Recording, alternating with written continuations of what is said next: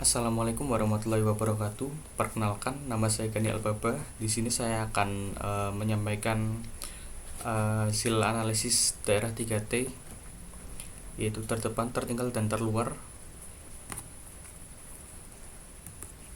Pendahuluan, latar belakang.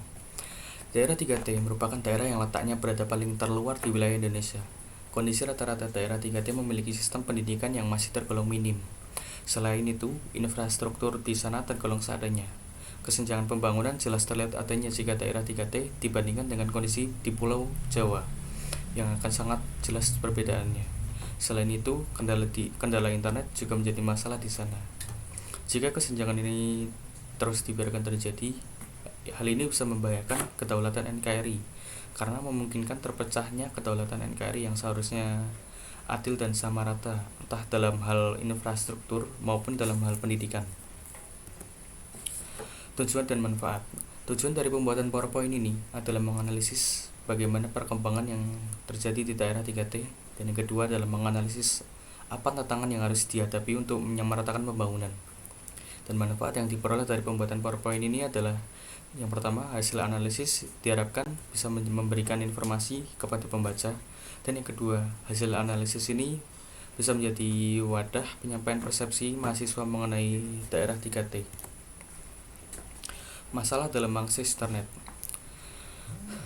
Terdapat pertanyaan pada foto di atas, kendala apa saja yang biasanya Anda alami ketika mengakses internet?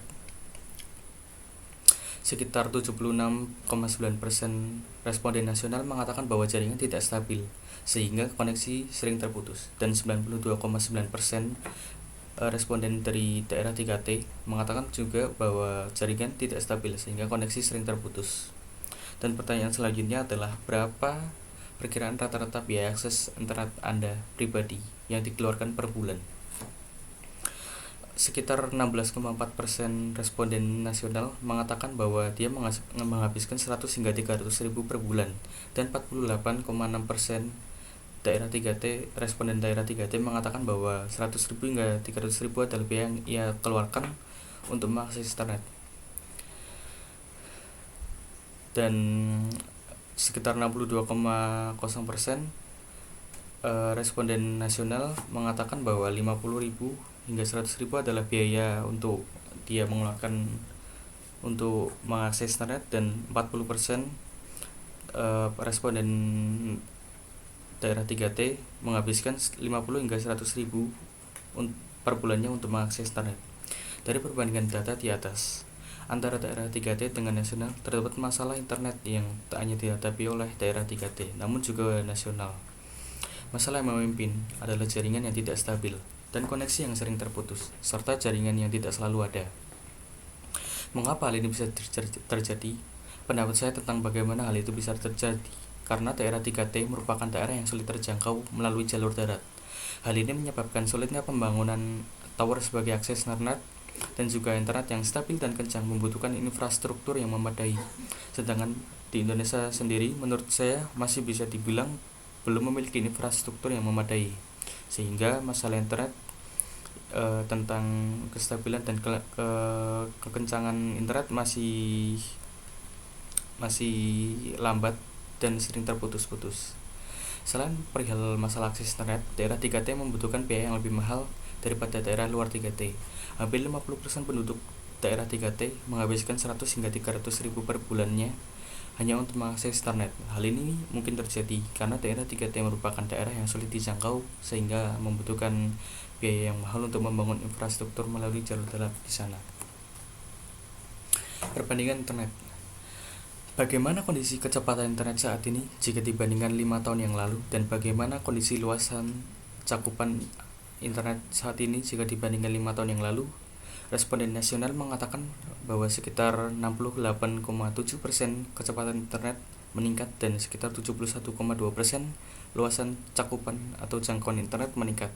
Sedangkan daerah 3T mengatakan bahwa sekitar 77,1% kecepatan internet di sana meningkat, dan luasan cakupan atau jangkauan internet meningkat sekitar 77,1%.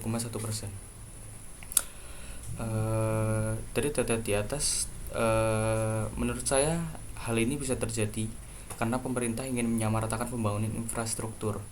Selain itu, berkat adanya Perpres 27 tahun 2021 tentang penyelenggaraan kewajiban pelayanan publik untuk daerah 3T, membuat daerah 3T mulai mendapatkan perhatian oleh pemerintah, sehingga terjadi perluasan jaringan dan peningkatan kecepatan internet yang hampir menyentuh angka 80%. Tantangan penyamarataan. Direktur Sumber Daya dan Administrasi Bakti Kominfo, Bapak Fadilah Matar, mengungkapkan area di luar Jawa, luar Pulau Jawa menjadi wilayah terbanyak yang belum terjangkau internet. Setidaknya hampir terdapat 70 juta penduduk yang memiliki kesulitan untuk mengakses internet.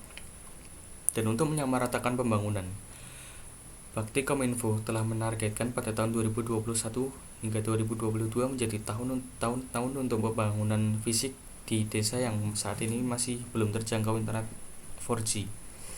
Namun, hal ini tak mudah karena ada beberapa tantangan yang harus dihadapi. Yang pertama adalah masalah ketersediaan listrik, dan yang kedua adalah masalah transportasi. Direktur Marketing dan Solution Lintas Sarta, Pak Ginarjar, menceritakan bahwa ia kerap menghadapi jalan yang sulit ditempuh. Bahkan terkadang ia harus berhenti di tengah ia harus berhenti di tengah jalan karena tidak memungkinkan untuk dilewati oleh kendaraan beroda 4 dan memerlukan bantuan berupa hewan seperti kerbau. Sedangkan jika jalur melalui jalur laut atau sungai juga tak kalah sulit karena mereka harus melewati hutan-hutan yang sangat mungkin bertemu hewan buas seperti buaya. Sedangkan jika melewati jalur udara, selain membutuhkan ongkos biaya yang lebih mahal, barang-barang yang diangkut adalah barang-barang yang besar sehingga kerap kali terbentur dengan kapasitas angkut transportasi udara. Dan bisa kita lihat dari gambar di atas, terdapat data yang mengungkapkan bahwa sinyal 2G memiliki cakupan hingga 1.300.000 km, sekitar 68%, 3G sekitar 40,4% dengan cakupan sinyal 842 km, dan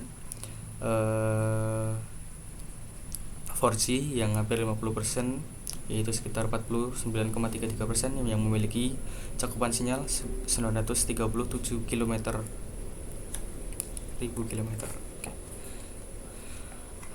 Penyamarataan akses internet dengan infrastruktur TIK.